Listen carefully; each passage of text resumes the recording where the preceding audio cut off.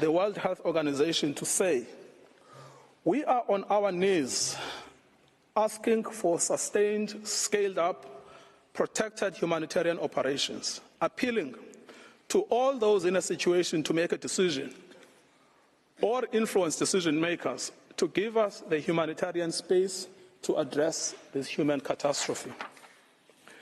Despite this knowledge, Israel continues to target infrastructure essential for survival: water and sanitation infrastructure, solar panels, bakeries, mills, crops.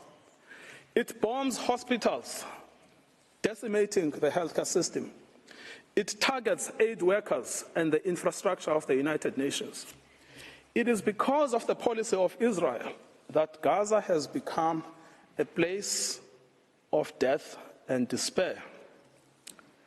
In conclusion, Madam President, many propagators of grave atrocities have protested that they were misunderstood, that they did not mean what they said, and that their own words were taken out of context. What state would admit to a genocidal intent? Yet, the distinctive feature of this case has not been the silence as such, but the reiteration and repetition of genocidal speech throughout every sphere of state in Israel.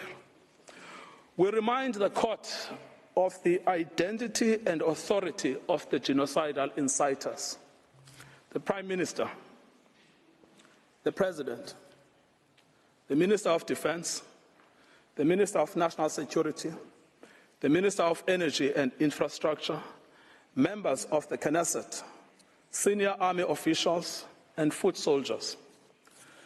Genocidal utterances are therefore not out in the fringes. They are embodied in state policy.